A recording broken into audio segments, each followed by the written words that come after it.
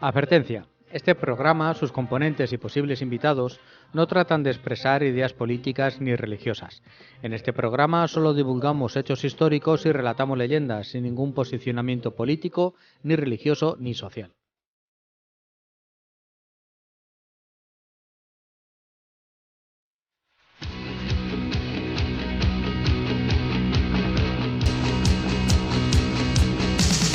Hace mucho tiempo que se acabó, pero es que hay cosas que nunca se olvidan, por mucho tiempo que pase. ¿Vosotros creéis que van a suspender ¿Las fallas? las fallas con esto del coronavirus? Coronavirus. No es corinavirus. Ah, no, eso es lo del No, rey. no, No. El coronavirus es lo ¿El del coronavirus? Pues esperemos que no. Que vaya... ¿A ti no te pilla? A ti es muy difícil que te ¿El pille qué? el coronavirus. Las fallas a mí. Bueno, No. porque tú- Resbala el virus. cuando te va a llegar sales zumbando y lo mismo estás en Murcia que en Gijón. Que no. Entonces yo... Willy Ford no era nadie No es comparado nadie, conmigo. no es nadie. La leche. El baúl de la Piquer Bueno. y Pacheco, vamos. Lo mismo. 15 de marzo. La historia se repita varias veces. Estamos en Onda Plana Santa Cruz, en el 107.4. Esto es No me cuentes historias, programa que dedicamos aquí tres gamberros entrados en años a contaros cosas de Esos historia. detalles no importan a nadie. Entraos en años Vamos a tú. ver. Yo Vamos a entradas ver. de... bueno, no vamos a hablar de entradas. Nosotros salidas. Y que echamos aquí un buen ratillo contando cosas y contando sobre todo cosas de historia. Y que, bueno, pues que vamos a empezar nuestro programa 51, que no sé cómo se titula, Pasearemos de la mano por Castelnuovo con Prisciliano. de la manita. Muchas cosas. Dire de la manita. ¿Y quién era Prisciliano? ¿Tú sabrás? Pues uno que iba por Castelnuovo de la mano. Tortilla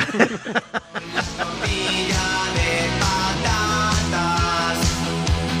En Las Vegas no hay blackjack, solo se juega al tintín. Vosotros sabéis de quién vais a hablar y de por qué, porque a mí me lo tenéis que decir. Así que... Bueno, pues yo... ¿Qué voy a- cotilla es? Hay que ¿Qué ver. cotilla es? ¿Le decimos ya lo que queremos escuchar? Venga, sí, un poquito. Venga, Vamos a ver. dando Venga, díselo una tú. pincelada. ¿Lo que queréis escuchar o lo que queréis contar?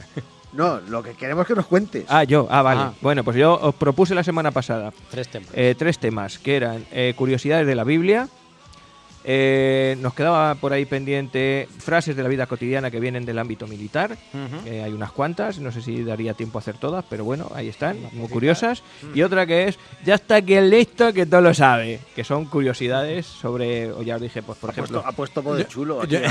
yo con tanto tiempo para pensarlo, yo me quedo con esta. ¿Con el listo? Con el listo. ¿Con el chulo? Venga, pues yo también. ¿Vale? ¿Con Venga, eso? con esa.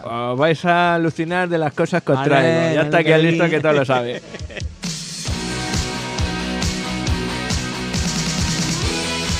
¿Y vosotros? ¿Vosotros qué nos vais a contar? Pues Juan. yo voy a hablar del primer hereje de la historia. Ujú. Se llamaba Prisciliano, por eso va por ahí por el sitio Por ahí ese- de la mano. De la mano. De la mano por Castelnuovo, claro, le duraría poco. ¿Español?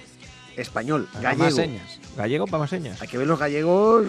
Anda juego, anda juego los la gallegos. historia. Y van a dar. ¿La Inquisición empezó aquí en España? No, se empezó antes. ¿Qué va? En ¿Eh? Francia. No, estamos empezó. hablando del siglo IV, pero, Ah, bueno, pero prácticamente. una cosa es la Inquisición y otra Escucha, los herejes. prácticamente Ah, es un auto de la exactamente. Inquisición, Los herejes había arrianos pero- desde los tiempos godos. Exactamente, y gente que se salía de la ortodoxia desde el primer día. Sí, Aquí tenemos a este. lo más Tenemos a normal. uno. Y don Joaquín nos va a trasladar hasta Bosnia-Herzegovina o Montenegro, por pues ahí, ahí ¿no? cerquita, Montenegro, que está en la costa del Adriático. Siempre os invito a coger un mapa, porque hoy lo merece, porque quiero hablar de más sitios, no solamente este. Aquí este Castelnuovo es una batalla que perdieron los tercios, y de qué manera, por su espíritu quijotesco, vamos a llamarlo así, por Pero tenerlo no en- estaba el gran capitán ya. sí, estaba el, ¿Ah, sí? ya había pasado el gran capitán. No, y por eso te digo que, Sí, pero sí. que no estaba en la batalla esta, no estaba. No, para nada. Esto estamos hablando de 1539, Ajá. ya había pasado el gran capitán, pero sí que recogen, es que a mí me gusta decir el espíritu del Quijote, que estaba por ahí pululando en aquel siglo, porque totalmente rodeados, eran 4.000 españolitos, 3.000 y pico, mezcla de varios tercios que se juntan ahí, más o menos un tercio de unos 3.000 hombres, y acaban rodeados por más de 50.000 turcos que les ofrecen la rendición, y lo que les vienen a decir es venid cuando queráis, Murieron con las botas puestas. literalmente. Ahí está, Exacto. qué chulos. En Las Vegas no hay blackjack, solo se juega al cinquillo y la moda. Bueno, pues como vamos a decir luego los números de teléfono y esas cosas, Eso te iba a decir yo. Sí, ahora las decimos luego después entre tu sección y la mía, por ejemplo, y luego lo decimos en las redes sociales. Vamos directamente Con la perla negra. a la perla negra, al Perla ataque. negra. Venga.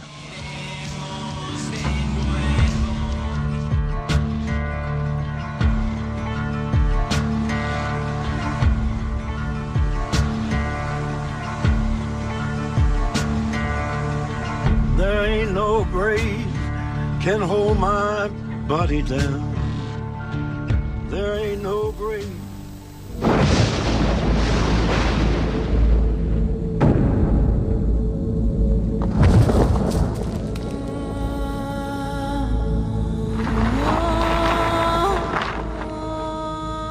Nos encontramos a finales del siglo IV de nuestra era, año del 385.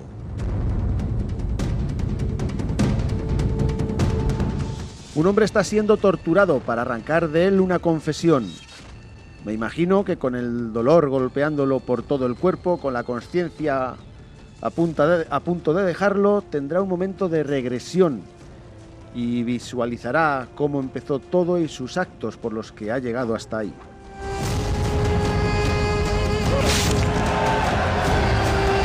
Para haceros una idea de cómo estaba el mundo por aquellos años, deciros que Roma continuaba dominando el mundo conocido a principios del siglo.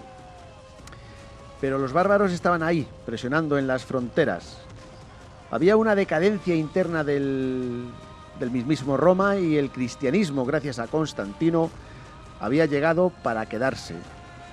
Constantino hizo 2 concilios, el de Milán en el 313 después de Cristo, donde se establecía la libertad de religión, y el de Nicea en el 325, en donde se determinó lo que sería verdadero y lo que sería herético.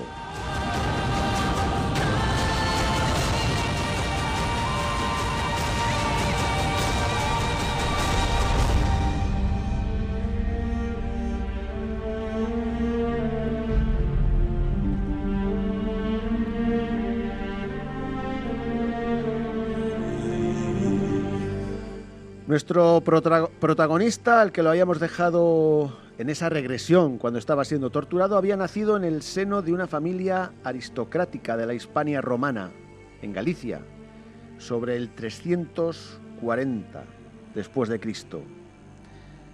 Lo llamaron Prisciliano, y tras varios años de aprendizaje, de ser discípulo, sobre el 379, Prisciliano comienza su predicación. Recordemos que Prisciliano era cristiano, pero entendía esta religión de una manera muy distinta de la que en ese concilio de Nicea se acordó. Prisciliano admitía a mujeres y esclavos y otorgaba el sacerdocio tanto a hombres como a mujeres. Las ceremonias religiosas no se hacían Prisciliano no las hacía en los templos. Él las hacía al aire libre, en los bosques, de los cuales decía que esos eran los verdaderos templos de Dios, y las hacía sobre todo en la noche. En la consagración de la misa, él utilizaba leche en vez de vino y uvas en vez de pan. La simbología de los números la utilizaba bastante igual que el zodíaco. Hacía conjuros y se fijaba en las estrellas. Se hacían rituales en los campos para garantizar las cosechas. Entendía que los textos sagrados debían de ser interpretados por uno mismo y no debía de haber ningún sacerdote por medio. Rechazaba la Santísima Trinidad y, sobre todo, rechazaba la unión de la Iglesia con el Estado. Prisciliano y los suyos tenían una perfecta comunicación con la naturaleza, huyendo de las riquezas y protegiéndose en los bosques. Y con estas ideas se recorrería las calzadas romanas de Hispania, obteniendo un gran éxito de las clases populares.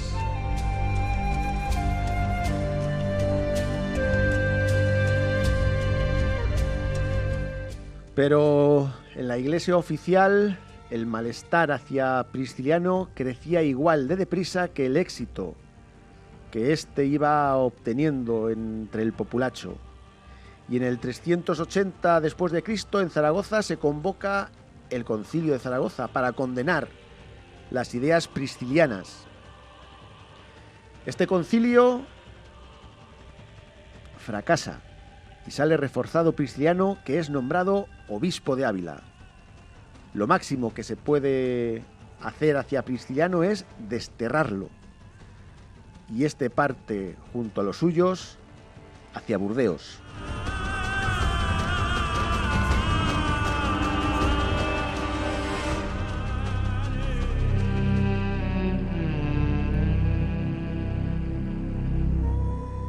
Y allí estuvieron hasta que nuestro protagonista se trasladó a Roma para solucionar este tema.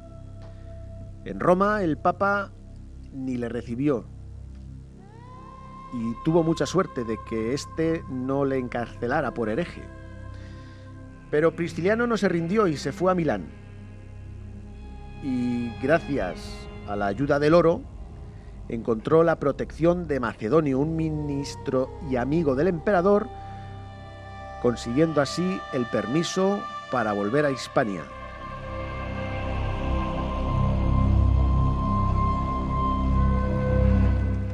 Pero en la primavera del 383, las tropas romanas de Britania se sublevan y proclaman como emperador a su general Clemente Máximo. Y este, claro está, no tarda en cesar a todos los anteriores ministros, por lo que Prisciliano se queda sin la protección de Macedonio. Máximo se establece en Treveris, en la Germania Superior, en Alemania, y Prisciliano se dirigió allí para hablar con el nuevo emperador y que así terciara a favor de su grupo. Pero nada más llegar, en el 385 después de Cristo, es acusado de magia y doctrinas obscenas y es detenido.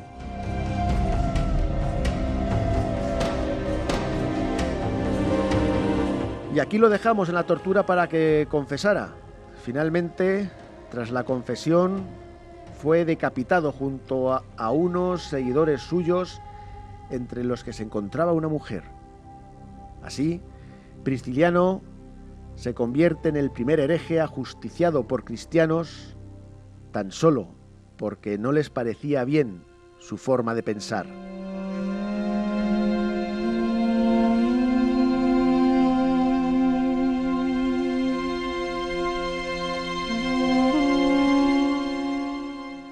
Cerca de la localidad de Iria Flavia, esto es actualmente Padrón, en Galicia, son enterrados Prisciliano y sus seguidores ajusticiados con él.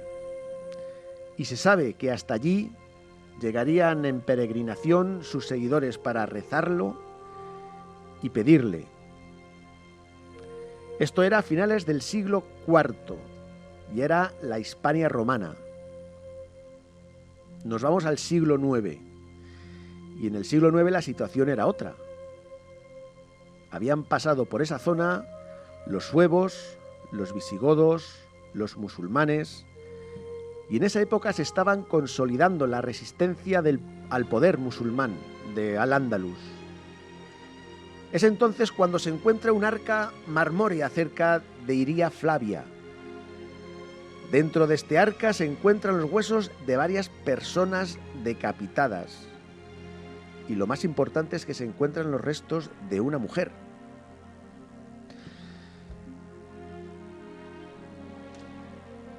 Y cuentan que esta tumba se encuentra gracias a unas estrellas que marcaban el lugar. Cuentan también que al conocer Alfonso II el Casto la noticia se desplaza hasta el campo de estrellas de Compostela Compostela.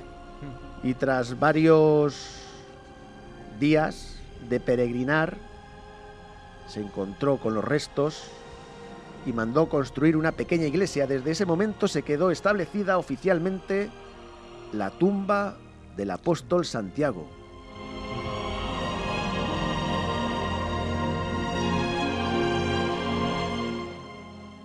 Bueno, pues se sabe que el apóstol Santiago nunca estuvo en España. Murió en el año 42 en Palestina. Y tampoco fue el monarca Alfonso II el Casto el primer peregrino hasta este lugar. Hay datos donde nos dicen que desde el siglo IV ya había peregrinos hacia este lugar. Si es Prisciliano el que está enterrado o no en la tumba de Santiago de Compostela, no lo sabemos. Lo que está claro es que nada sería igual si el priscilianismo hubiera triunfado sobre el cristianismo.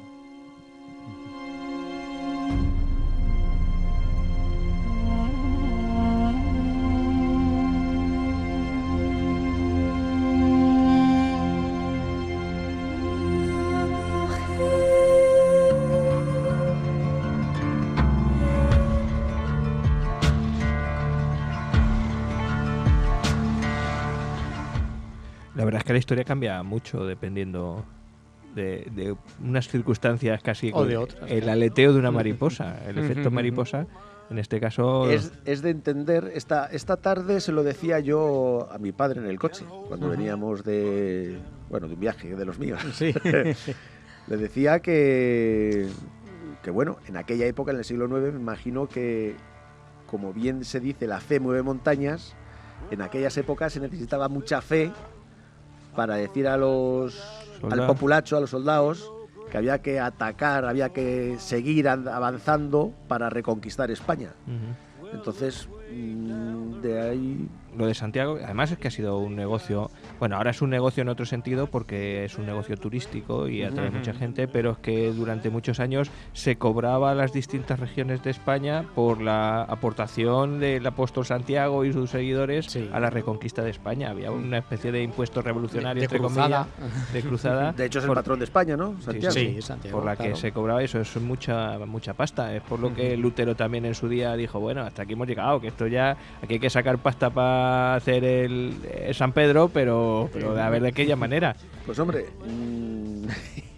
no sé, yo visto lo visto y sabiendo que desde el siglo IV se va de peregrinación hasta este sitio. Sí, que lo mismo coincide un sitio con el otro y son los mismos... Lo mismo no, Santiago no estuvo aquí. Estamos adorando a Prisciliano en, Sí, vez, bueno. en vez de a Santiago. Sí. Es muy curioso. A saber. En estas cosas hay A saber. muchas curiosidades y hace poco leía yo con esto del coronavirus famoso que en Lourdes han prohibido, pues eso, besar las manos y no sé qué, no sé cuántas, y dice la gente, dice, no será tan milagrosa el agua cuando no van a quitar el bicho este. Así que... Pero esto es así. Sí, Esto es así. cierto es que estamos siempre llenos de personajes y de personas que, lo que decíamos la semana pasada, que no tienen su momento ni su lugar y caen Exactamente, en el olvido, sí. y otros que pasaban justo por el... Aquí es que no era su momento. Sí era cristiano, Era Prisciliano, cristiano, era pero cristiano. era otra... Fue obispo de Ávila. otra versión, otra corriente dentro del cristianismo que se estaba forjando en ese Sí, momento. a la iglesia de aquel momento no le interesó, pues lo mismo que pasó con los cátaros. Con los jesuitas, con tantos y Exactamente. tantas Sí, ramas. Son tantas corrientes, pero que se ven en tantos órdenes de la vida. Dentro de un partido político sale una corriente y si hubiera ganado esa corriente, pues no ganó Pues no la ganó. otra. Entonces, pues no oye, podemos volver atrás en la Nunca historia. vamos a saber lo que pasaría si sabemos lo que pasó. lo que pasó después, exactamente. There ain't no grave. Bueno, y en esta onda plana Santa Cruz, en el 107.4, que es donde nos podéis oír los domingos a las 4 de la tarde y los miércoles a las 21, y también a través de streaming en ondaplanasantacruz.es. Punto es, eso es. Tenemos teléfonos, el nuestro, el del WhatsApp, en el que nos mandáis las cosas para los concursos, y además es el 978, perdón, Ujú. 978, No. 8, ¿no? 978, ¿no? El 618. 679, ¿no? Madre de Dios. Digo, a ver si está atento. 679. 679, coño. Me lías. 679-984-636. No voy a hacer por aprendérmelo. Escucha, que repita otra vez porque si no... 679-984-636. Ese es el nuestro. Y bueno, en redes sociales. Sí, un montón de redes sociales, en Las todas que las nos puedes que seguir. podemos, exactamente. Pues las principales, pues el Twitter, @nomecuentesonda, Facebook, el muro No Me Cuentes Historias, YouTube, para que nos escuches y veas unas cuantas imágenes sobre los temas que ponemos, canal No Me Cuentes Historias, y el iVoox, que es donde te puedes descargar nuestros programas, que van subiendo poquito a poco de audiencia, escuchándonos por el mundo mundial. Igual, búscanos en iVoox No Me Cuentes Historias, la cuenta que aparece con la Rosa de ¿cómo los se llama? La vientos. Rosa de los Vientos, exactamente. Y nada, a escucharnos. Y que ya nos queda tenemos Spotify también, sí, nos sí. quedaba. Y que ya tenemos este 51 más los especiales, más los Exactamente, recopilatorios. tenemos un montón de programas Escucha, ya. una cosa muy importante que se nos olvidó el otro día decir, ¿Cuál? que es, vosotros a lo mejor no lo sabéis, bueno, puesto que el programa duró poquito, no Sí. duró aquella, nuestro legendario y No. fiel oyente No me lo puedo creer. Pincha Durmió. durmió, pero es que se ha roto el brazo ahora, Se ha No roto fastidies. el hombro o Vamos, algo vamos, así. vamos, el vamos. peso de la cámara de fotos. Tiene que ser, pero tú le ves igual Entonces, va igual de deprisa que siempre, o sea, con un brazo mantiene el equilibrio y todo. Métele. No, Eso es arte. Míralo por el lado bueno, nos puede escuchar más detenidamente ahora. Ahí está. Podemos hacer los programas más largos todavía. Pues nada, que como ya me lo habéis dicho, vamos con ¿qué queréis que os cuente? A por ello.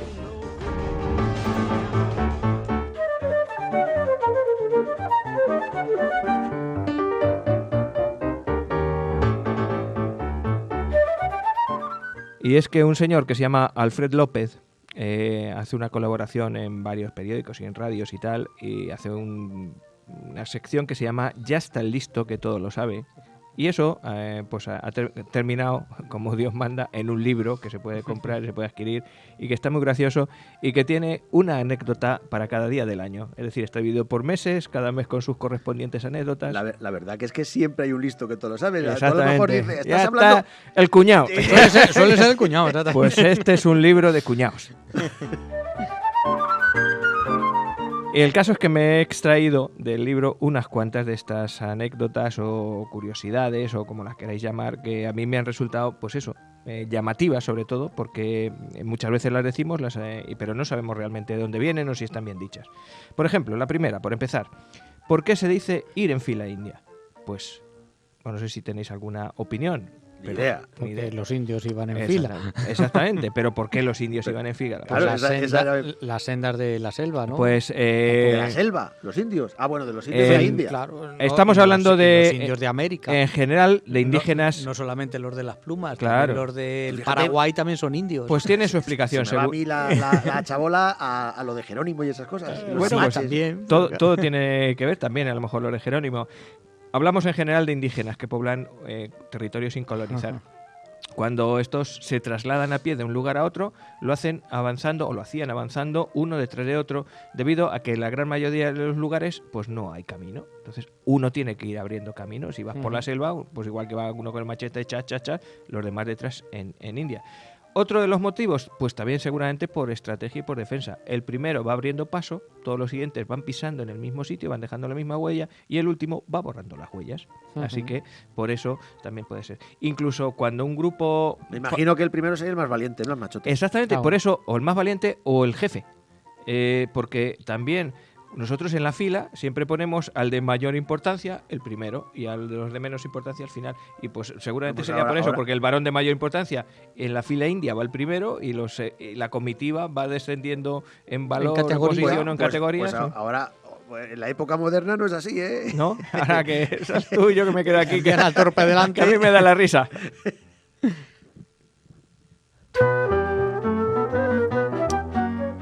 Bueno, otra cosilla que he sacado.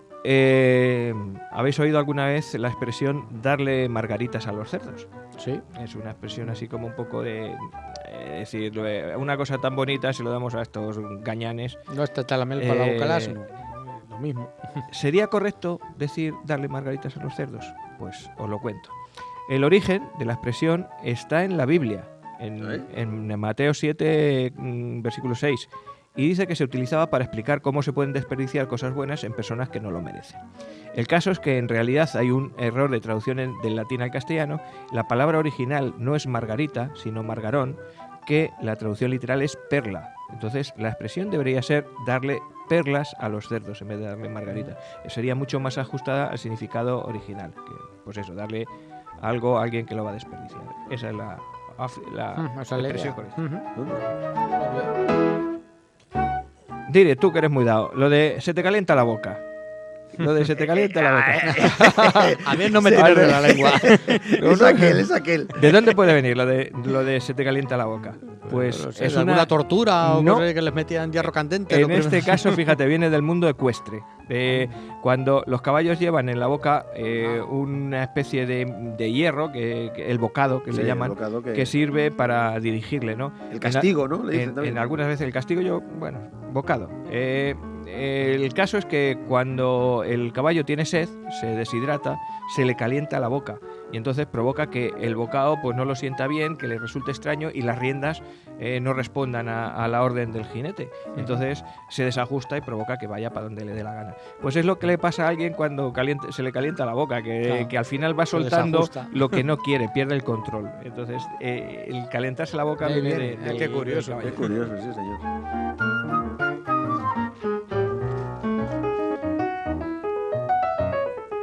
Esta te va a gustar mucho, que es una... A ver si eres capaz de decirlo. ¿Qué es la triscaidecafobia y la tresidabomartiofobia? El coronavirus. Algo que tiene que ver con Julio Iglesias. Castellano. No, mira. Son, digamos que, trastornos obsesivo-compulsivos o trastornos que tienen que ver con miedos. Por ejemplo, la triscaidecafobia es el miedo al número 13. Y la tresidabomartiofobia es el miedo a los martes y 13. Que digo yo, que ¿por qué se complica tanto la gente? No pueden decir eso. Miedo al número 13. Ya está. Ujú. Ostras, pero Bueno, es pues que tiene- también tener miedo al número 13 no crea que vaya desgracia. Tiene eso aquel, o sea, hay razones históricas para tener miedo a ese número 13 o a los martes y 13. E incluso, ¿sabéis que hay hoteles en el que la planta 13 está obviada? Pasas directamente Sí, de la sí, 12 a la 14. O la habitación El 12 13 más uno. no existe. O Ángel El Nieto, Ángel por Nieto. ejemplo, nunca Sí, dice ¿verdad? número 13, dice siempre es 12 más 1. Y sobre todo cuando es martes. Escucha, pero es que Diga. y tú sabes que Jesús y los 12 apóstoles. Ahí voy, es una Ah. de las razones. Claro. El origen del odio a la fecha, la de martes y 13, pues por ejemplo, pues porque la última cena, Jesucristo, eran 12 más él 13. Además, 13 son, por ejemplo, los espíritus malignos que se citan en la cábala judía. 13 es el capítulo asignado al anticristo en el libro bíblico del Apocalipsis. Y 13 es el número de la carta de la muerte en la baraja del tarot. El martes era el día que dedicaban los romanos al dios Marte, que era el dios de la guerra, y su planeta era el planeta rojo, el de la destrucción, el de la sangre, el de la violencia. Por eso el martes es mal día para nosotros. Un viernes 13 fue cuando se desmanteló a los templarios. Ahí cambiamos porque la tradición del viernes no es nuestra, es de los anglosajones. En la cultura anglosajona el día elegido para la mala suerte es el viernes y hay pues una colección incluso de películas que se llaman... ¿Veis la distinta mentalidad de unos y otros? Los anglosajones sacan 500 películas del De su viernes viernes 13 13. y nosotros tenemos un grupo de humor que es martes y Martes y 13. 13. Es distinto. Esta que yo no la conocía y me ha hecho mucha gracia. ¿Por qué las notas musicales se llaman así? Do, re, mi, fa, sol, la, si. ¿No sabéis? No. Pues lo voy a contar. Resulta que había un monje benedictino que se llamaba Guido d'Arezzo, que vivió entre el 995 y el 1050, ya hace un poquito, que se le considera el padre de la música. Fue quien dio nombre a las notas musicales y están inspiradas en las sílabas iniciales de unos versos dedicados a San Juan Bautista, que son unos versos de Pablo Diácono, el diácono. Os voy a recitar los versos en latín, que yo domino el latín perfectamente, y luego os los digo en Muchos idiomas, tiene una pronunciación. yo soy Me como... da miedo, a veces me da Sí, sí. miedo. Mira, utquean lasis, resonare fibris, mira gestorum a pleno, bueno, mira gestorum, famolitorum, solve polluti, labi reaptum sancte Ioannes.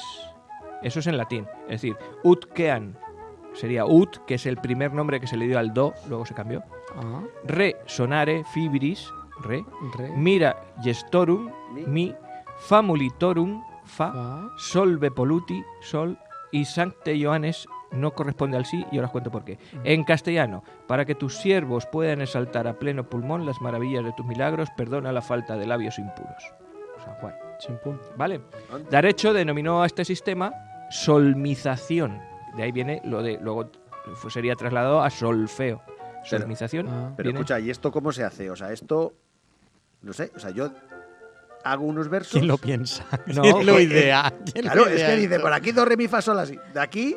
No, te voy a explicar. Bueno, es decir, bueno. hay unas notas musicales. Sí, sí, sí. Las notas musicales, para que cantarlas, puedes hacerlos con un grito o poner una sílaba. A, D, re, fi. Es decir, para que siempre corresponda la sílaba con el sonido de esa nota, lo mejor es asignarla a una sílaba, no a un sonido gutural ni a un ruido. Entonces, él se fija en este poema, como se podía haber fijado en otro, y entonces le da a cada nota en esa escala de 6 notas, porque si no lo incluye, se incluiría después, ese verso. ¿Qué pasa? Que ut, por ejemplo, que era el do, para cantarlo es muy difícil porque termina en consonante. Entonces, ut, como que no. Entonces dice, no, hay que dar la vuelta. Y entonces, más tarde, se cambia el ut por el do de dominus, de señor. El do, que termina en vocal, ya sí que lo puedes alargar todo lo que quieras, igual que el re, que el mi, que el fa, que el si. Y la última nota, como era la séptima, que era un número maldito también, pues no le quiso poner nombres. Le puso el si luego mucho Escucha, más tarde. que a lo mejor no lo tienes ahí, pero una cosa también de lo que estamos hablando, de quién Ujú. es el que hace esto por primera vez. Sí. El que descubrió el garbanzo, ¿cómo sabía que los tenía que echar en agua?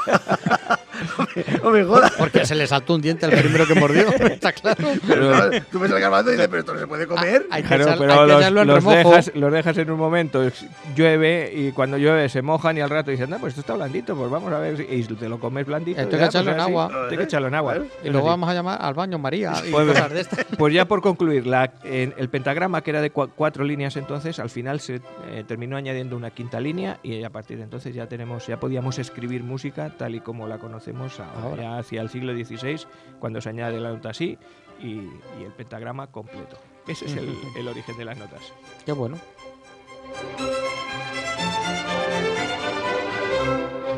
Tengo otros 2 o 3, si queréis sigo. Sigue, sigue. Este es uno de los míos. ¿Cuál fue el origen de la tuna?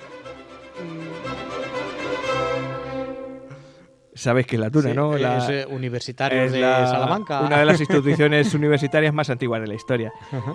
Pues sí, sus inicios lógicamente se vinculan a las universidades más antiguas de España, que son La primera es Palencia, la más Valencia antigua, en y el, luego 2000, Salamanca. en el 1208 y Salamanca en 1220. Pero solamente hay tunas en España, no hay... No, es una... En Portugal un- también. En todos los sitios se ha extendido, pero vamos, el inicio y las principales son en España. Los originarios tunos eran estudiantes universitarios que provenían sobre todo de las clases más humildes y que eran conocidos, fijaros, como los sopistas. Sopistas. ¿Por qué? Porque cantaban y serenatas a cambio de un plato de sopa. ¿Cómo estaría la cosa? Anda, leche. Bueno, pues según fue evolucionando la universidad, lo que fueron haciendo los sopistas fue integrarse en cualquiera, ya no solo los pobres, sino todos los ricos se iban integrando en la tuna. Entonces, de ahí viene la palabra también tunante. ¿Qué es un tunante? Pues es un pícaro, un bribón, Anda, un tuno. taimado, es decir, alguien que el tuno de por sí pues era alguien que anda vagando con vida libre.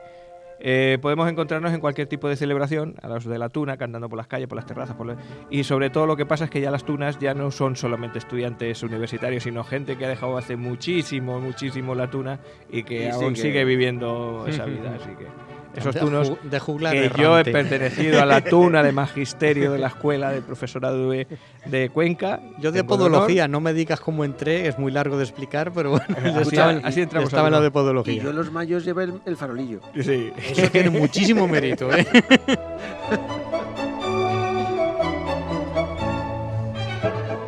No voy a mirar a nadie. ¿Qué es ser un cretino? Bueno, pues no, como no miro a nadie, lo cuento del tirón. Normalmente se utiliza la palabra cretino para insultar a alguien de manera despectiva. Si lo buscamos en el diccionario, se le llama cretino a alguien pues, que es estúpido, que es necio, que le falta talento. Pero el origen de la palabra es francés. Y es que pasa lo siguiente. En Francia están los Alpes y en el tiempo de los cristianos y protestantes, en una parte de los Alpes estaban los cristianos y en la otra parte estaban los crétins, que significa los otros cristianos. Entonces, a los otros cristianos... ¿Los otros cristianos quién eran? Los protestantes. El vocablo cretín se empezó a utilizar en la región de Saboya para referirse a los que habitaban en Suiza, porque se acogieron pues a la doctrina de Lutero y de Calvino. Entonces esos eran los cretín. Aquí los cristianos y allí los cretín.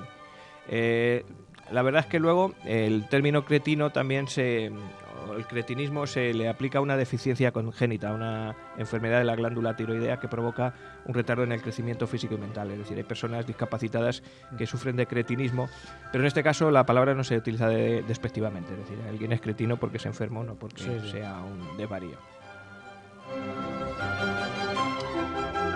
Y por último, vosotros que sois medio de Madrid, sobre todo tú, Juan. ¿Dónde está el Quinto Pino?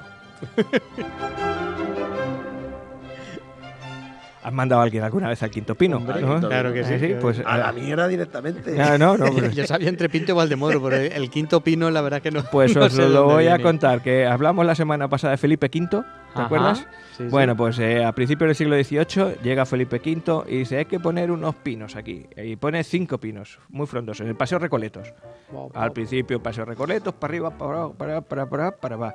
El quinto, que ya lo que es Paseo La Castellana, estaba pues a la altura más o menos de Nuevos Ministerios.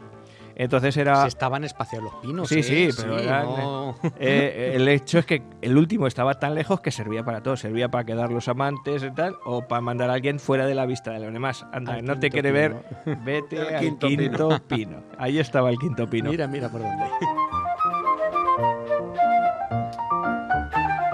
Bueno, pues esto os traía hoy. Como el libro da mucho de sí, porque Da tiene juego, da 366 curiosidades, pues otro día podemos Otro día traer para un poquito más, Exactamente, sí. Son, la verdad Está que chulo, hombre.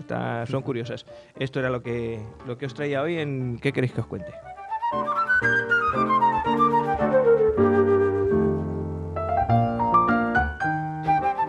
Bueno, simplemente recordar nada, que estamos en No Me Cuentes Historias, en Onda Plana, 107.4, Santa Cruz domingo de la Zarza.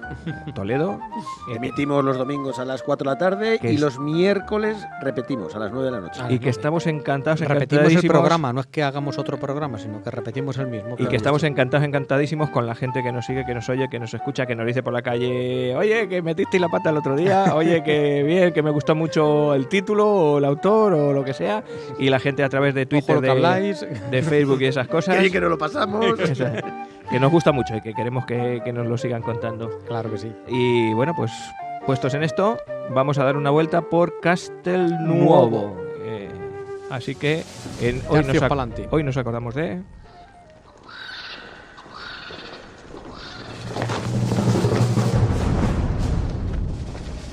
Oponiendo picas a caballos, enfrentando arcabuces a piqueros, con el alma unida. Maese, Mande. antes no te traías la taza, pero ahora ¿para qué te traes la taza? Porque por tradición, por traer, Por para tradición. que digas que ya la tengo. Tanto Que la no se me lata, olvida. tanto la para la lata. lata, exactamente. No te la traes, pues ya la tengo aquí.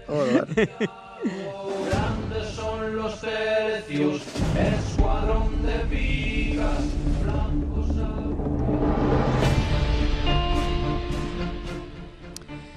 Y que viniesen cuando quisiesen.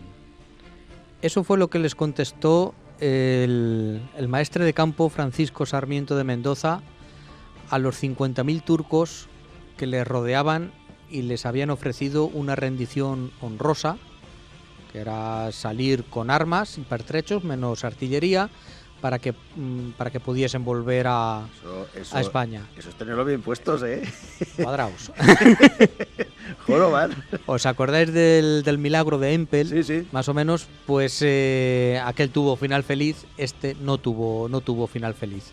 Nos vamos a Erzeg-Novi, es una ciudad de la costa del Adriático. Cogeros un mapa, pillar el mar Mediterráneo y lo que hay enfrente de Italia es la parte de Albania, Croacia y hoy un estado que yo no sé si España lo ha terminado de reconocer, que no lo había reconocido, que era Montenegro, que es una región que se escindió de Serbia, porque tiene connotaciones albanesas. El caso es que se escindieron. Esta zona siempre ha estado entre Oriente y Occidente, ha estado basculando entre ese imperio turco, que estuvo por allí hasta hace 4 días, y los venecianos, y eso ya ha estado, y bueno, luego los serbios y demás.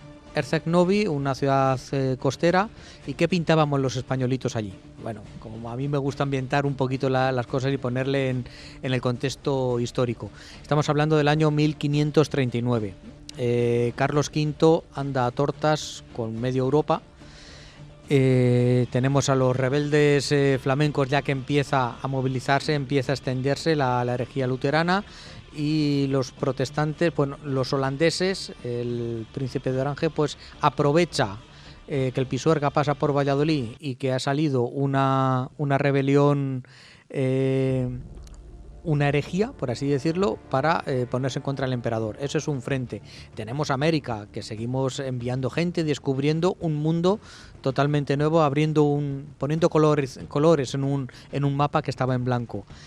Y tenemos el frente del Mediterráneo, es el frente heredado de los Reyes Católicos, que termina la Reconquista en Granada, pero realmente no termina. La inercia nos hace de seguir y de tratar de limpiar el Mediterráneo y de hacerlo cristiano, de que se pueda navegar. El Mediterráneo, toda la Edad Media, prácticamente los cristianos se las habían visto y deseado, porque hubo momentos en que no se podía echar una tabla en el Mediterráneo sin que llegara un pirata corsario, un pirata berberisco árabe y tomara el barco. Se lo digan a Cervantes. Que se lo digan a Cervantes, exactamente. Este fue todavía posterior a este hecho. Los Reyes Católicos siguieron apretando desde España, pues ya apuntábamos hacia los peñones de Vélez, de La Gomera, hacia Ceuta, que ya estaban los portugueses por allí tratando de controlar el estrecho. Melilla ya la teníamos en el horizonte. Y es el enfrentamiento en este momento entre dos grandes colosos de la historia de este momento, nuestro Carlos V y del bando turco Solimán el Magnífico. El imperio turco es un pedazo imperio que extiende desde Persia hasta todo lo que hoy es Turquía, y está avanzando por toda Europa a pasos agigantados. Ya ha tomado Grecia, ha tomado Bulgaria, todo lo que es la cuenca del Danubio, suben a ritmo vertiginoso por el Danubio, han tomado Budapest y están en 1529, me parece que es el primer cerco, 1526, el primer cerco de Viena. En Viena también estaban los Habsburgo. Son los dos grandes imperios. No pensemos en términos de imperio español, pensemos en la familia Habsburgo, que reinaba en Austria y reinaba en España. En Austria estaba el hermano de Carlos V, Fernando II, que nació en Alcalá de Henares, que era español por los 4 costados, pero estaba reinando en la parte del imperio. Tenemos ahí dos choques de trenes. El Mediterráneo, había más actores. Estaba Venecia. Venecia era el gran poder económico del momento, la gran potencia comercial. Sus barcos fueron los que empezaron a traer el comercio desde Oriente por la lejana ruta de la seda que nos contó Marco Polo. Los venecianos peleaban, eran los grandes rivales de los árabes por el control del comercio en el Mediterráneo oriental.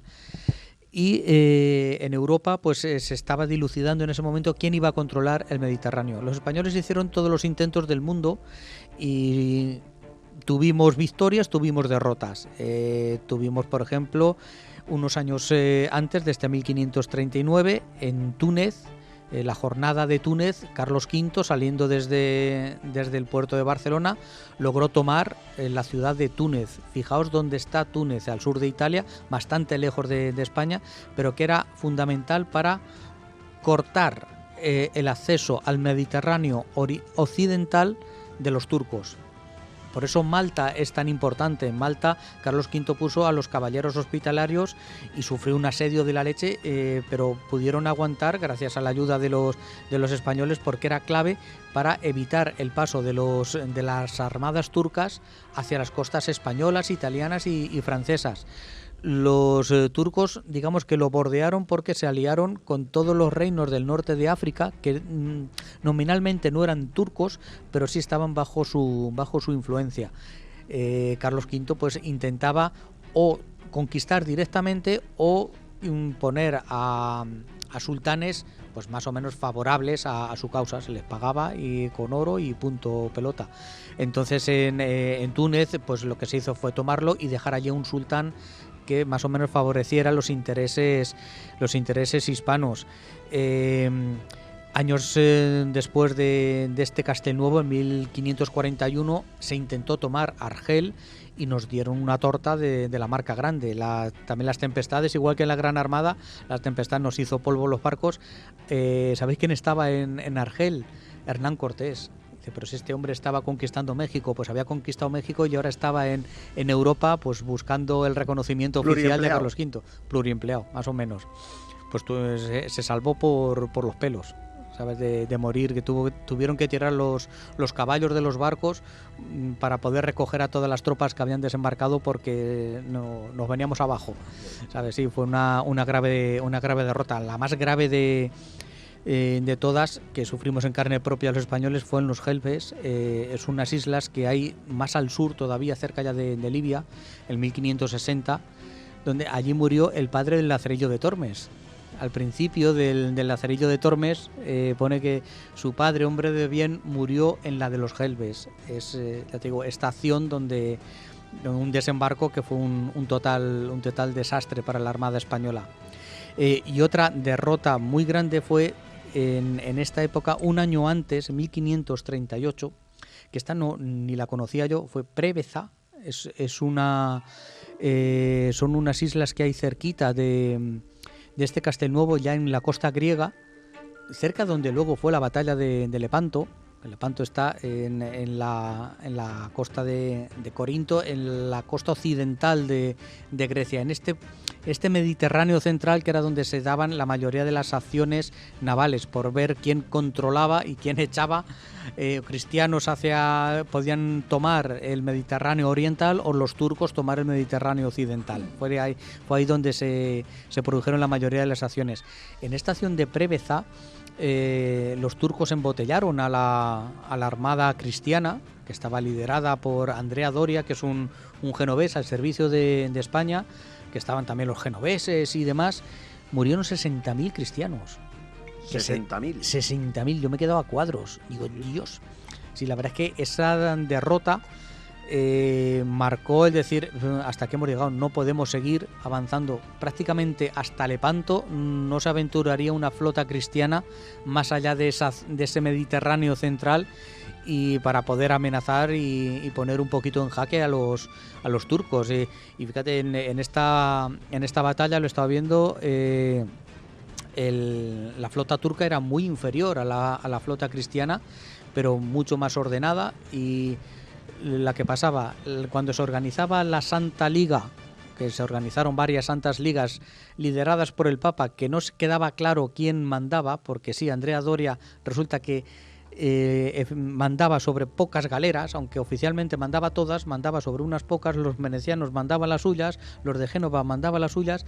Al final nadie mandaba sobre la totalidad de la flota, cada uno a lo suyo. Empezaron a chocar los barcos cristianos para poder salir por la desembocadura, por la rada del puerto, y bueno, cayeron como conejos.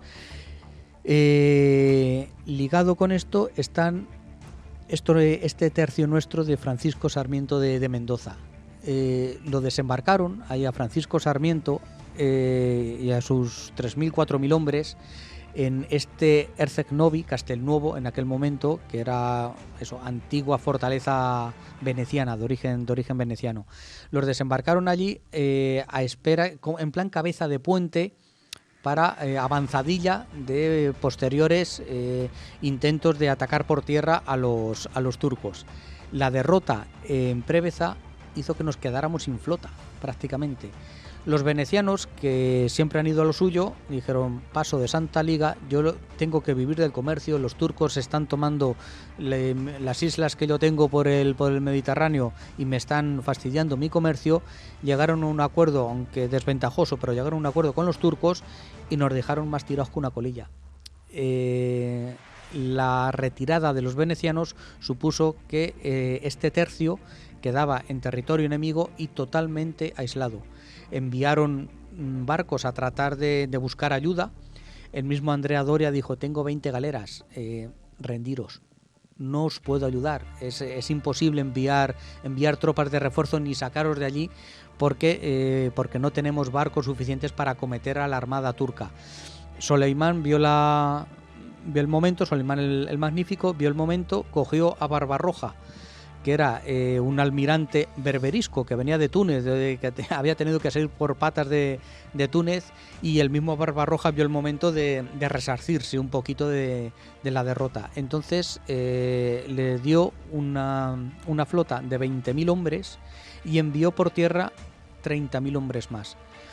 Eso hace 50.000 contra 3.000, 4.000, además hechos que no eran ni siquiera la misma unidad, eran 15 banderas, compañías, más o menos lo que viene a equivaler, del tercio de Florencia, del tercio de Lombardía, tercio de Nápoles, tercio de Niza, unos cuantos de reclutas, 150 caballos, 5 cañones, 4 gatos. Lo que viene a ser, en definitiva, 4 gatos frente a un mar turco. Rodeados por mar, rodeados por tierra. Entre que van y que vienen y se instalan los españoles, pues bueno, montan las defensas como pueden, siempre esperando una ayuda. Los españoles además muy en su estilo, los turcos se van acercando y los españoles no esperan el asalto turco, lo que hacen es atacar al estilo de los tercios, en encamisadas. Las encamisadas lo podríamos remontar a los almogávares. Es ese estilo de ataque por sorpresa de madrugada. Se llamaba encamisada porque llevaban puesto una camisa blanca para poder identificarse entre ellos. Atacaban eso de noche para sorprender al enemigo en medio del sueño, y así atacaban las trincheras turcas. Atacaron el campamento de Barbarroja, que tuvieron que salir por patas. Las bajas turcas innumerables, pero claro, se habla de unos 15.000 muertos turcos al final de la contienda por la brava resistencia de estos soldados del tercio. Dices, ¿y por qué no se rindieron? Por ese espíritu de Quijote, que me gusta llamar, que tenía la hidalguía española de los tercios de aquel momento. También el tercio de Lombardía, que parte de las tropas que había allí pertenecían a ese tercio, lo habían llegado a ¿cómo se llama? Abolir, ¿cómo se dice? A quitar, porque se había sublevado, se había amotinado, no sublevado, perdón, se había amotinado por falta de paga. Entonces el castigo fue quitarles la bandera y disolverlos. No me salía la palabra. Eso era un deshonor, peor que una derrota, peor que para ellos la muerte. Entonces querían lavar su honor, puro y simplemente. Entre todos, pues dijeron, no, la infantería española muere pero no se rinde. Entonces allí se plantaron y durante 3 semanas, del 18 de julio al 7 de agosto, aguantaron como pudieron en las murallas. La población se encerró en una torre, en una gran torre, y fuera quedaron los soldados españoles. Jode un poco, porque cuando los turcos ya asaltaron las murallas, los españoles fueron ya nuestra última defensa es meternos en la torre. No les quisieron abrir. No. Los dejaron fuera. Como mucho, les soltaron unas cuerdas por las ventanas para que el maestre de campo, Sarmiento de Mendoza, un burgalés, Francisco de Sarmiento, y algunos oficiales pasaran dentro. Pero no les quisieron abrir. No les quisieron abrir. Porque no les dio la gana. Porque no les dio... A ver, para no enfrentarse al turco, Tú date cuenta, tú ya ves el resultado final de la batalla. ¿Cuál va a ser? Que ganan los turcos, sí o sí. Si entran los españoles dentro, cuando entren los turcos detrás, aquí no van a conocer a población civil de sí. soldaditos de los tercios. Aquí nos matan a todos, Sí. que se queden fuera. Y se quedaron fuera. Y este hombre, a ver si encuentro el... Bueno, es que la frase que tiene cuando van los emisarios de Solimán a decir, oye, mira, que chicos, que os ofrecemos la rendición, y dice, el maestre de campo consultó con todos sus capitanes, los capitanes con los oficiales con los sargentos, y decidieron que preferían morir al servicio de Dios y de su majestad y que viniesen cuando quisiesen. Poco después, empiezan los asaltos turcos, y cuando le ofrecen a Sarmiento subir por cuerdas a esa última torre que quedaba allí, dije, nunca quiera Dios que yo me salve y mis compañeros se pierdan sin mí. Picó espuelas y se lanzó contra los turcos. Allí no murieron todos. Allí se acabó la resistencia, se fue el día 7 de agosto. Se salvaron 200, 100 fueron ajusticiados al momento por el calentón del combate. Allí estaba un Machín de Munguía. Munguía o Mungía, lo he encontrado de las dos formas. Este hombre es un vizcaíno que estuvo en la antigua en la batalla que hemos hablado antes de Preveza, que Pérez Reverte recogió en Corsarios de Levante, una de sus novelas de la serie del Capitán a la Triste. Lo recogió, lo llamaba Machín de Gorostiola, pero así recogía a un capitán vizcaíno, es este Machín de Munguía, que también combatió tanto en Castelnuovo como en la anterior batalla, en la batalla naval, que los turcos le ofrecieron salvarle la vida si se convertía al Islam. Naturalmente les dijo que verde las habían segado y le mataron. Los 100 que quedaron se los llevaron como cautivos a Constantinopla.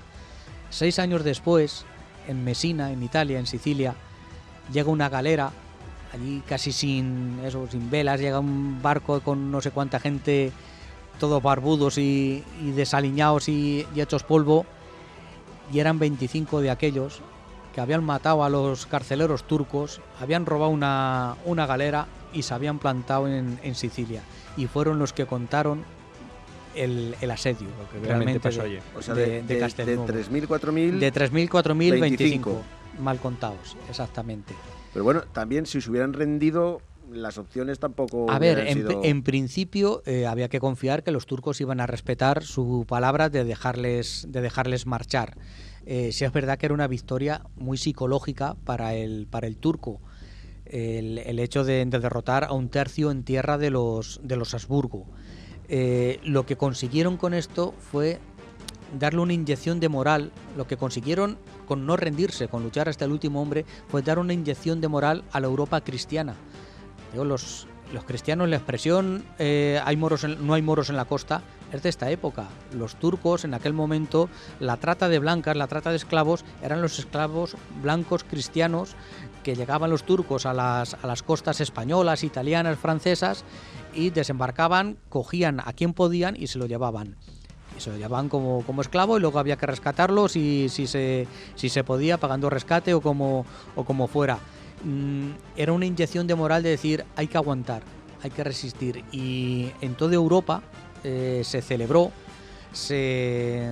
tienen dedicatorias, tienen poemas, fueron recordados y muy admirados en aquel momento por el hecho de transmitir esa, decir, no hay que rendirse ante el turco, hay que seguir luchando para adelante. Yo os digo que en los años sucesivos pues fue un toma y daca, en unas ganamos, en otras perdimos, hasta prácticamente la batalla de Lepanto, que luego no se pudo aprovechar el desastre total de la armada turca en Lepanto, porque los turcos también se habían aliado un poquito con los, un poquito ni, vamos, se habían aliado de todas, tanto con Francisco I de Francia, el rey cristianísimo, se había aliado con el turco, y nuestros queridos protestantes también se habían aliado con los turcos, todos contra el imperio de Carlos V. Entonces, por eso Felipe II no pudo aprovechar la victoria de Lepanto, porque tenía 1000 frentes y estábamos al borde de la bancarrota.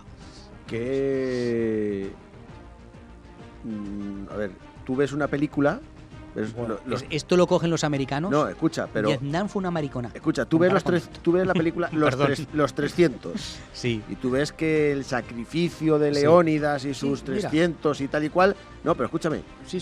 Tiene, Sigue. En la película tú ves que tiene su fruto y bueno, al final los griegos ganan y tal y cual.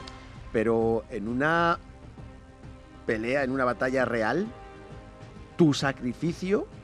Tiene un sentido. No, pero tiene un sentido que a ti te matan y tú no te vas a enterar si ha valido de algo. Tú no.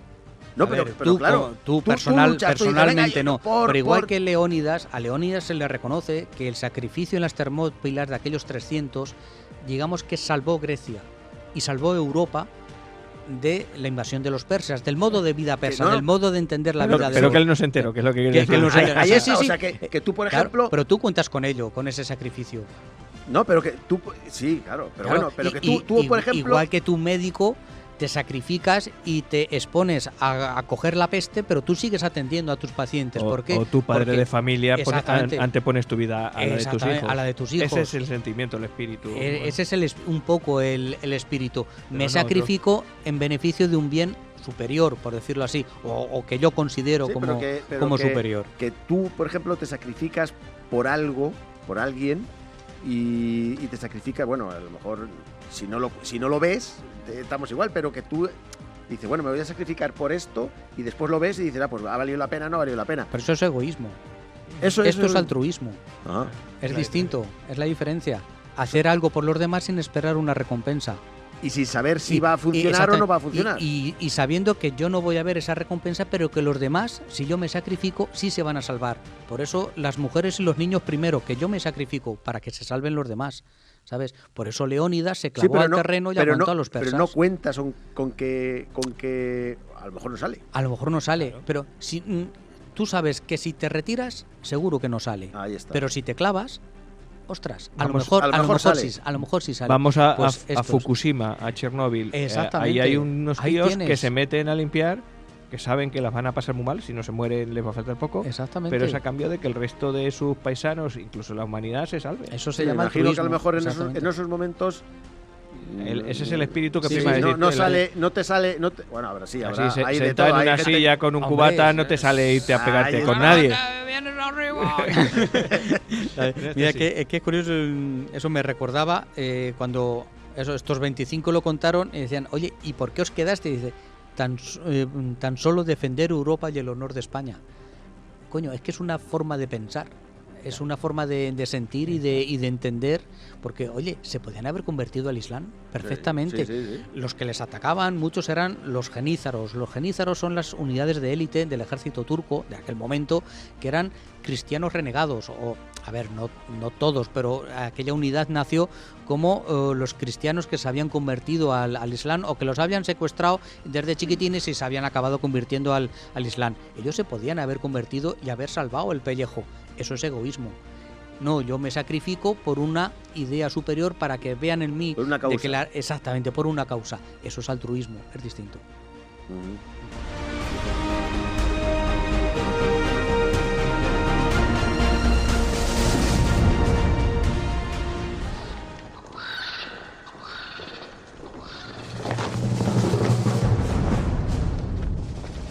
Poniendo picas a caballos, enfrentando arcabuces a piqueros. Me molan a mí estas batallas de los tercios. Estas y me todas. moló la del milagro de Empel. Esta es muy poco conocida. Digo, a ver si la hago coincidir como la de Empel, más o menos con su momento. Pero al ser el mes de agosto, que estamos de vacaciones, digo, no, pues la coloco. Parecéis maestros, cada día parecéis más. Tenéis 6 o 7 meses de vacaciones. De la Semana Blanca, a ver cuándo viene la Semana Blanca. Escuadrón de picas. Diré, Dígame usted. Por 25 pesetas por respuesta acertada. Hombres del tiempo que han salido en televisión española. Mariano Medina. Es que no me acordaba ni de ese. Mariano Medina, Paco Montes de Oca. Ahora los últimos, el Brasero. Brasero sí, mira. Sí, ves, esto ahora la Aymar. No, ya no me digas. La Canaria, sí. Escucha, Digo la Canaria, pero no. a ver si te suena. Manuel Toaria. Hombre, con Manuel, sí, hombre. Manuel Toaria. Si yo le veo, sí, le diré.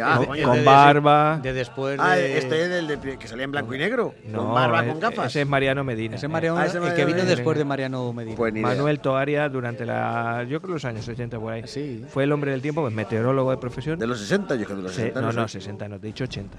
80. 80, por ahí. Pues bueno, pues Manuel Toaria fue cantautor Anda.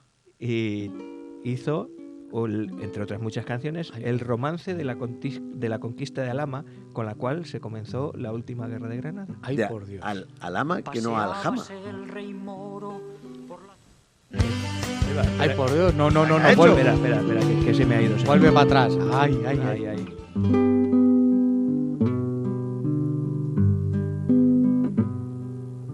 Paseábase el rey moro por la ciudad de Granada, desde la puerta de Elvira hasta la de Viva Rambla. Cartas le fueron venidas como al ama era ganada. Pues la verdad es que no sé por qué me va a salta costar, esto. Vamos va a a ver costar si los lo podemos saber. duendecillos. ¿Por qué? Lo mismo es que está mal la canción y no la puedo poner. Paseábase el rey moro por la ciudad de Granada, desde la puerta de Elvira. Ha pasado muchas veces el rímoro por aquí. Cartas le fueron venidas como al ama era ganada. Ay, de mi alama. Las cartas echó en el fuego, al mensajero matara, echó mano a sus cabellos y las sus barbas mesaba.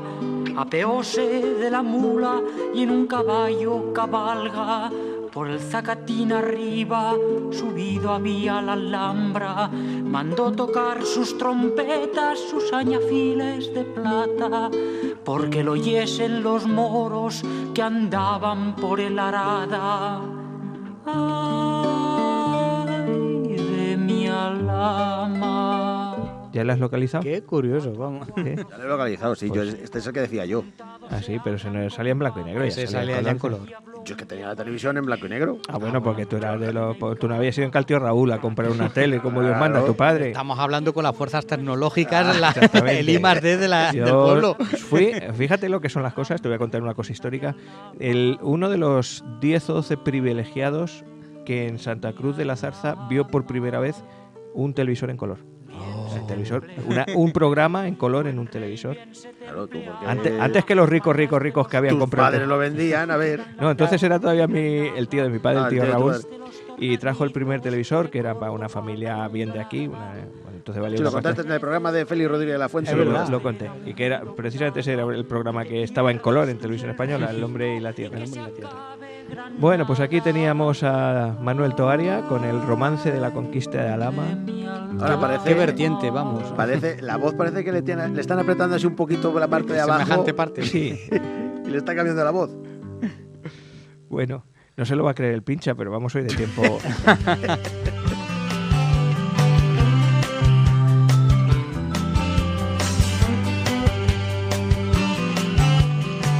Os he puesto la canción de despedida porque nos vamos, pero me tenéis que decir... Vamos, se quería. Si queréis nos quedamos. No, que quería. La canción se quería meter enseguida, Ah, sí, ¿eh? no sé por qué, la estaba verdad es que he deseando hecho aquí irse. una cosa rara en el ordenador. Nos tienen que disculpar los oyentes porque ha sido una Ha cosa... pasado el rey moro por Alhambra un montón de veces. Ha pasado 3 o 4 veces a ver si terminaba la conquista o no. Tenemos novedades para el programa que viene o para el siguiente. Si se anima nuestro, ya amigo, vamos a decirle amigo, nuestro amigo Claro que Gerardo de Castillo García Muñoz se viene a contarnos algo. Entonces a lo mejor telegramos libre de un programa. A lo mejor. Y si no, ¿de qué ibas a hablar? Pues de una batalla espectral. Arrea. Star Wars. No, No, Star no. Trek. Estrella de la Tampoco, muerte. No, Galáctica. tampoco. No, pues, La batalla de Mons. pues me quedo igual. En la Primera Guerra Mundial. Ajá. Algo tiene de especial. Espectral. Sí. Espectral. De ahí se basó en El Señor de los Anillos, la última batalla cuando aparecen los fantasmas y... Sí. Pues ahí- Ay, de la Primera Guerra Y Mundial sé de algo- otra batalla espectral en el frente ruso. Algo de Juego de te Tronos cuento. tiene que tener también los caminantes blancos y demás. Claro. Bueno, ¿Y pues tú, Rafa? yo el otro día me pasaron un material muy jugoso que habla de unas particularidades muy concretas referentes al periodo de Segunda República, inicios de la Guerra Civil y demás. Ujú. Son las colectividades de trabajadores de la tierra. ¿Qué era eso? Pues digamos que durante la Segunda República el Ministerio de Agricultura y bueno, el gobierno en general intentó colectivizar la tierra, es decir, era un gobierno de izquierdas, que la tierra pasara por el famoso dicho de la tierra para el que le trabaja. Entonces se hizo pues una ley, luego fracasó por lo que fracasara, pero sí que se consiguió que algunas de estas colectividades o cooperativas agrarias, llamarlas como queráis, funcionaran muy bien. Alguna de ellas estuvimos aquí en Santa Cruz y tengo datos muy concretos de una, me ha pasado los datos Nacho Cabello, de una que hubo en Villarrubia, Santiago, que se llamaba colectividad cooperativa Carlos Marx, que funcionó muy bien durante el poquito tiempo que pudo funcionar, porque enseguida vino la guerra y demás y se deshizo todo lo hecho. Os voy a hablar de todo el movimiento de colectividades, lo que hubo antes, lo que hubo durante, cómo funciona esta y un poco cómo terminó todo aquello, los intentos franquistas por llevar eso a cabo de otras maneras. Todo eso en el entorno nuestro, Santa Cruz, Villarrubia, en nuestra mesa de colectividades agrarias. ¿Y don Joa? Pues yo os quería traer a una mujer, a la primera mujer almirante de España. ¿De qué año o siglo más o menos os suena que puede? Yo puede ya la ser? pondría siglo XIX. Almirante. Almirante. Siglo XVI. Tic-tac. 16. Correctamente. No me imagino Igual que estos de Castelnuovo y Isabel Barreto, al otro lado del mundo, por las Islas Salomón, comandaba una expedición naval. Casi. Estaba yo pensando en la ¿Cuál? Alférez Monja, El Alférez Monja. Sí. Catalina de Erauso. Exactamente. Que estuve a punto, digo, que la batalla de Mons Es o esta. esta. Y- Pues mira, para la mira, próxima Rafa, voy a espérate. hacer yo la Catalina de Claro Erauso. que sí. Es que ha habido mujeres muy Muchas vali- pa'lante. Sí. Sí. Y eso que en aquella época todavía era de mal agüero llevar a una mujer en un barco y esas cosas. Y, Pues y esta ya según quien lo pensara, porque esta no. esta los tenía dos pares. Bueno, De en varios. aquella época también había mujeres piratas que incluso cuando estaba antes de matar esto eran como, por ejemplo, la que contaste tú, que artistas que pintaban un cuadro O esculpían o esculpían y después... Ay, sí. Pues las piratas está igual, iban a matar la a Roldán. su adversario La y Roldán, le exactamente, hacían, la mira Roldán". hermoso. Le enseñaba la teta y le decía que soy mujer. Tracatá, y se lo Tracatá. cargaba. Bueno, pues entonces nos vemos ya para el día 22 o por ahí, ¿no? Más o Ya menos estamos, os emplazamos para el domingo que o viene. para cuando sea, porque como nos pueden oír en cualquier momento, Exactamente. aquí estamos. No me cuentes historias, Onda Plana Santa Cruz 107.4, don Joaquín, don Juan. Don Rafa, Rafael, don Juan Joaquín. Carlos. Nos cuánta vemos gente hay aquí. la próxima semana. Venga, un abrazo. Hasta luego. acompañados. Si existe más allá,